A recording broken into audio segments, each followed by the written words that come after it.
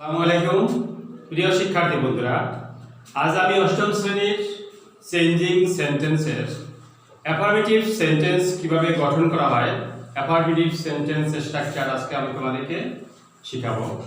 তোমরা affirmative sentence কোন sentence থেকে আমাদের অ্যাফার্মেটিভ সেন্টেন্সগুলি করা হয় তা হলো আমাদের স্ট্রাকচার দিকে আগে লক্ষ্য রাখো। অ্যাফার্মেটিভ সেন্টেন্স স্ট্রাকচার অর্থাৎ গঠন। এই অ্যাফার্মেটিভ সেন্টেন্স কিভাবে গঠন করা হয় এবং কোন কোন সেন্টেন্স থেকে আসবে সেগুলি আমি তোমাদেরকে দেখাচ্ছি। ইন্টারগেটিভ সেন্টেন্স থেকে আমাদের অ্যাফার্মেটিভ সেন্টেন্স আসতে পারে, নেগেটিভ সেন্টেন্স থেকে আমাদের অ্যাফার্মেটিভ সেন্টেন্স আসতে পারে, এক্সক্লামেটিভ সেন্টেন্স থেকে আমাদের অ্যাফার্মেটিভ সেন্টেন্স আসতে পারে। তাহলে দেখা গেছে যে interrogative sentence, negative sentence, exclamative sentence এই সমস্ত সেন্টেন্সগুলি থেকে আমাদের অ্যাফার্মেটিভ সেন্টেন্স আমরা গঠন করব। অর্থাৎ যদি আমাদের প্রশ্নের বাক্যে দেওয়া থাকে এবং সেখানে ব্র্যাকেটের ভিতরে দেওয়া থাকবে যে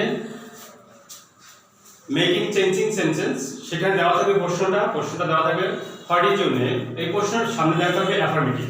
তখন আমরা এই শব্দটাকে কি করব, অ্যাফার্মেটিভ সেন্টেন্সের শব্দটা তৈরি করব। তাহলে এখন সেন্টেন্সের দিকে লক্ষ্য রাখো, আমাদের অ্যাফার্মেটিভ সেন্টেন্স স্ট্রাকচারটা আমরা লক্ষ্য রাখো। যদি প্রশ্নটি আমাদের নেগেটিভে থাকে, নাম্বার 1 স্ট্রাকচার, প্রশ্নটি আমাদের নেগেটিভে থাকে তখন আমরা কি করব, কিভাবে এটাকে গঠন করব, নেগেটিভ থেকে। নেগেটিভ থেকে যখন আমরা অ্যাফার্মেটিভ সেন্টেন্স গঠন করব তখন দেখা গেছে যে নেগেটিভ সেন্টেন্স থেকে আমরা অ্যাফার্মেটিভ গঠন করে দুই ধরনের করতে হবে আমাকে। অর্থাৎ প্রথম হবে আমাকে সাবজেক্ট লিখতে হবে, ভার্ব লিখতে হবে, অবজেক্ট লিখতে হবে। প্রথম আমাকে সাবজেক্ট লিখতে হবে প্লাস ভার্ব প্লাস অবজেক্ট। এই বাক্যে আমার যে অক্সিলারি ভার্বের পর যে নট ছিল অর্থাৎ নেগেটিভ যে ওয়ার্ডগুলি ছিল সেই নেগেটিভ ওয়ার্ডের বিপরীত ওয়ার্ডটা হবে আবার। আর দ্বিতীয়টা হবে আমার শুধুমাত্র ওয়ার্ড পরিবর্তন হবে, শুধুমাত্র ওয়ার্ড পরিবর্তন।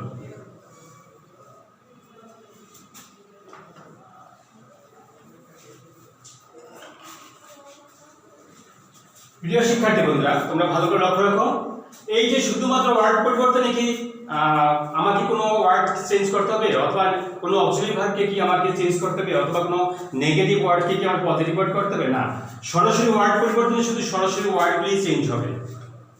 যেমন তোমাদের বলতে পারি can not help, could not help. যদি এই শব্দটি থাকে আমার প্রশ্নের বাক্যে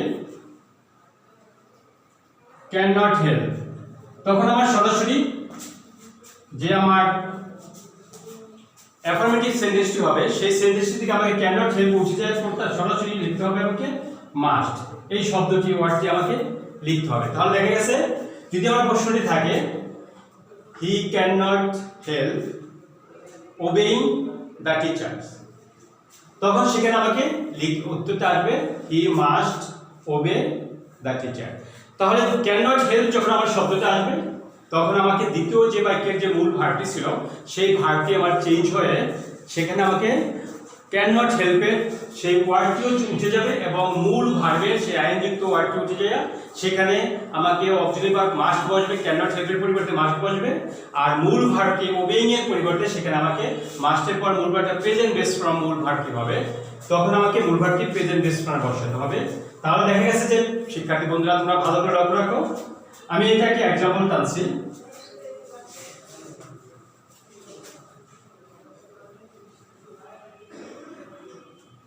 He cannot help obeying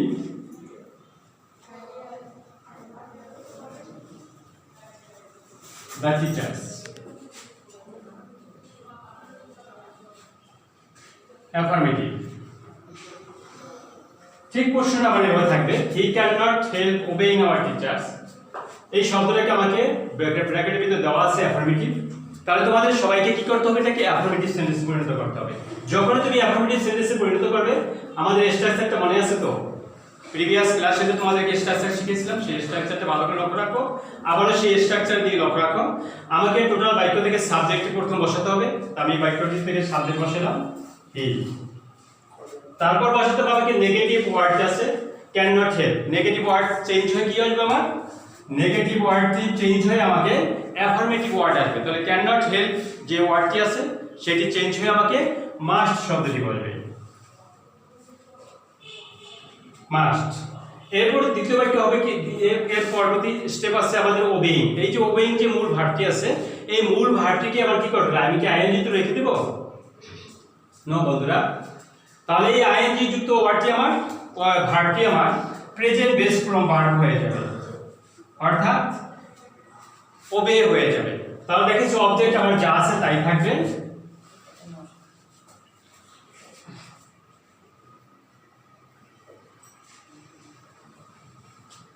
হয়ে গেল আমাদের আনসার প্রিপার্ড।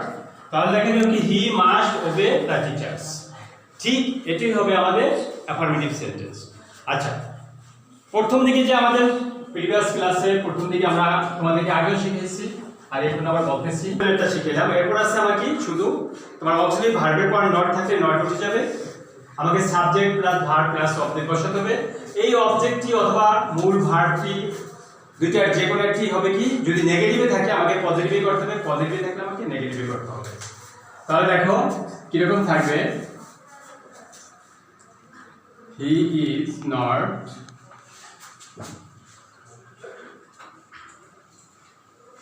absent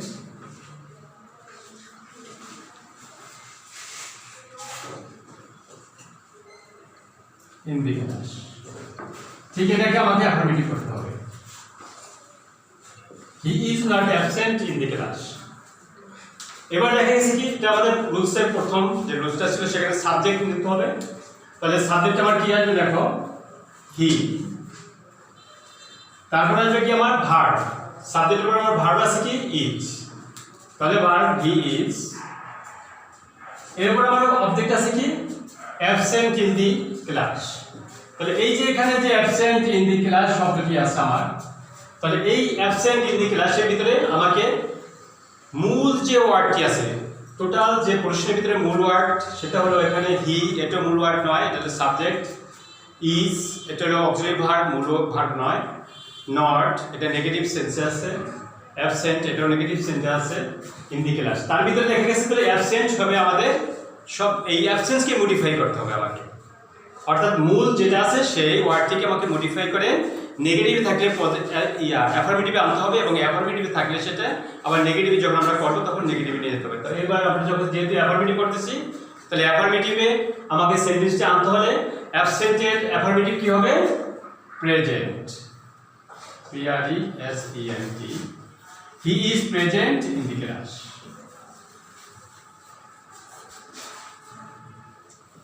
তাহলে আমাদের আনসারটি হয়ে গেছে he is present in the class, আর একটা আনসার হয়ে গেছে he must obey the teachers.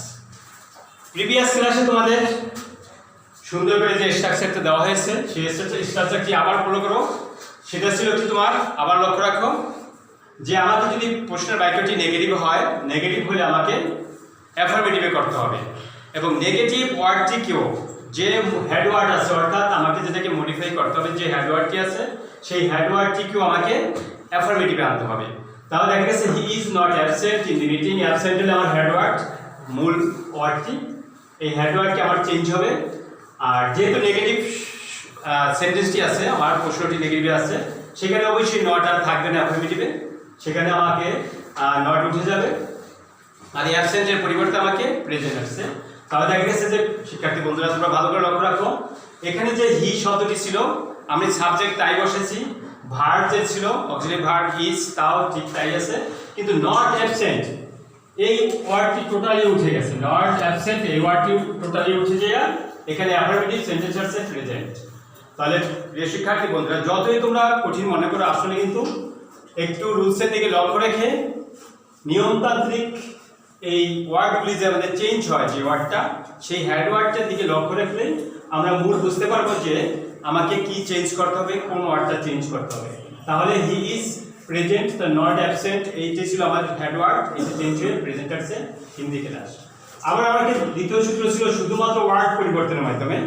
শুধুমাত্র যখন ওয়ার্ডটা ছিল তখন আমাকে বিভিন্ন ওয়ার্ডগুলি আছে, তোমরা প্রিভিয়াস ক্লাসে তোমাদেরকে বুঝিয়েছিলাম যে ওয়ার্ডগুলি কী কী ছিল। যেমন তোমার বোথ, অ্যাফার্মেটিভ সেন্টেন্সে বোথ ছিল, সেখানে নেগেটিভ সেন্টেন্সে আসছিল not only but also.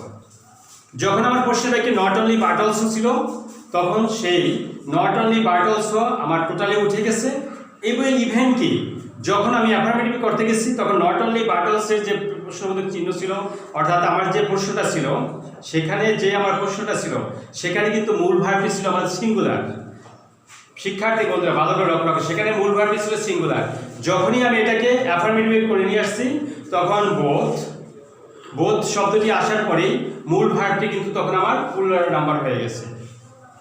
Subject এবং অবজেক্ট যা আছে তাই ঠিক আছে, ভার্বটিও আমার যা আছে তাই ঠিক আছে, কিন্তু কি সমস্যা হয়েছে জানো তো? এখানে আমাকে not only but also total যে মূল ওয়ার্ডটি ছিল সেই মূল ওয়ার্ডটি চেঞ্জ হয়ে আমাকে বোথ শব্দটি বাক্যের শুরুতে চলে আসছে। তাহলে বোথ প্লাস সাবজেক্ট, প্রথম সাবজেক্ট, তারপর এন্ড প্লাস দ্বিতীয় সাবজেক্ট, তারপর আসছে আমার যে আমার মূল ভার্বটি ছিল সেখানে সেই ভার্বটির প্লুরাল নাম্বারে ভার্ব চলে আসছে প্লাস অবজেক্ট। তাহলে শিক্ষার্থী বন্ধুরা আরও আমাদের অন্যান্য যে সমস্ত ওয়ার্ডগুলি আছে, যেমন তোমার there is no dot dot but, এই শব্দটি দ্বারা যদি কোনো আমার নেগেটিভ শব্দ দ্বারা কোনো অ্যাফার্মেটিভ সেন্টেন্স করতে বলে তাহলে এখানে আমাকে there is no dot dot but change হয়ে এফডি চলে আসবে। আবার আমাদের ডাইরেক্ট ওয়ার্ডও চেঞ্জ হয়, যেমন তোমার যদি আমার নেগেটিভ সেন্সে থাকে লেট, তখন আমার পজিটিভ সেন্সে আসবে সেখানে, অর্থাৎ অ্যাফার্মেটিভ সেন্টেন্সে সেখানে আমাকে পাঞ্চুয়াল ওয়ার্ডটিও আমাকে চেঞ্জ করতে হবে। তা দুই ধরনের আমরা অ্যাফার্মেটিভ টু নেগেটিভ সেন্টেন্স থেকে এখানে পাইলাম। যে নেগেটিভ সেন্টেন্স থেকে যখনই আমরা অ্যাফার্মেটিভ সেন্টেন্সে চলে যাব, অর্থাৎ অ্যাফার্মেটিভ সেন্টেন্সকে আমাকে আনসার লিখতে হবে, তখন নেগেটিভ সেন্টেন্সের দুই ধরনের ওয়ার্ডগুলি আমাকে চেঞ্জ করতে হয়েছে। একটা হলো স্বাভাবিকভাবে সেন্টেন্সটি ছিল, আর আরেকটি ছিল শুধুমাত্র ওয়ার্ড চেঞ্জ করে।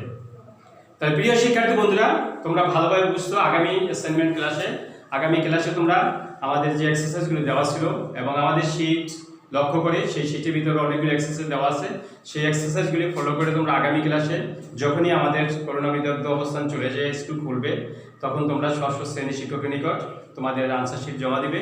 এই বলে আজ আমি তোমাদের ক্লাস শেষ করলাম। খোদা হাফেজ।